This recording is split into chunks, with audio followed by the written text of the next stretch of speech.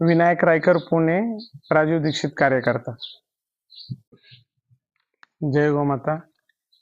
जय कुंकू उत्पादनासाठी प्रसिद्ध असलेलं गाव केम, त्या ठिकाणी आम्ही आज गोमाता मंदिरला भेट देण्यासाठी आलेलो आहे।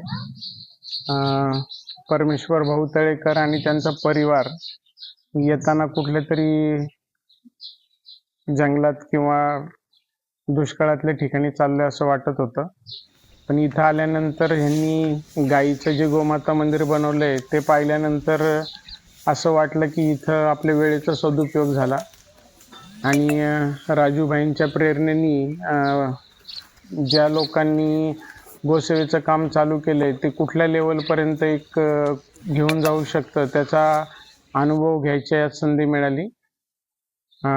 यूट्यूबला त्यांचे व्हिडिओ पाहिल्यानंतर अशी उत्सुकता होती मनामध्ये की कधीतरी एक दिवस आपल्याला तिथं जायला मिळावं। आतापर्यंत शेतकऱ्याला गाईपासनं मिळणारं दूध आणि तिच्यापासनं मिळणारं खत एवढ्याच गोष्टी आपल्याला माहिती होत्या। पहिल्यांदा आपल्याला शेण आणि गोमूत्रापासनं माणूस निरोगी राहण्यासाठी स्वतःची औषधं आणि शेतीसाठीची औषधं किती चांगल्या पद्धतीने तयार होऊ शकतात आणि त्यांनी कार्यकर्त्याचं आणि शेतकऱ्याचं आर्थिक स्वावलंबन कसं होऊ शकतं याचं अतिशय उत्तम उदाहरण म्हणजे परमेश्वर भाऊ तळेकर यांचं गोमाता मंदिर आपल्याला बघायला मिळू शकतं।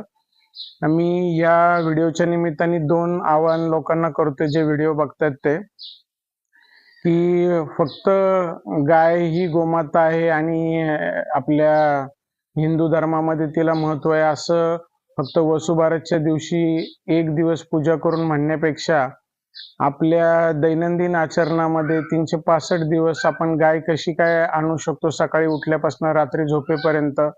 तर जर आपल्याला ग्रामीण भागामध्ये शेतकऱ्याचं आणि गोसेवकाचं आर्थिक स्वावलंबन करायचं असेल तर ही शहरातल्या लोकांची जबाबदारी आहे की त्यांनी त्यांच्या उत्पन्नातला काही वाटा हा गोसेवेला जाण्यासाठी सकाळी उठल्यापासून रात्री झोपेपर्यंत गायीपासून बनवलेली उत्पादनं वापरली गेली पाहिजेत। आणि जर राजूभाईंच्या कार्यकर्त्यांना मी असं आवाहन करतो की जसं कृषी पर्यटन असतं तसं गो कृषी पर्यटनाच्या निमित्ताने प्रत्येकाने आपल्या स्वतःला हे मॉडेल बघण्यासाठी इथं आलं पाहिजे आणि त्यासाठी परमेश्वर भाऊंना नक्कीच कॉन्टॅक्ट केलं पाहिजे।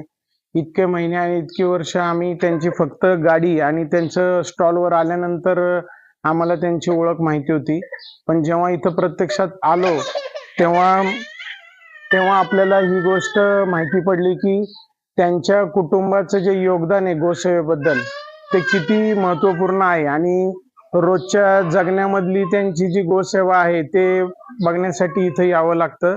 तर सगळ्यांना मी आवाहन करेल की तुम्ही या निमित्ताने इथं गोमाता मंदिरला भेट द्यावी। जय गोमाता, वंदे गोमातरम।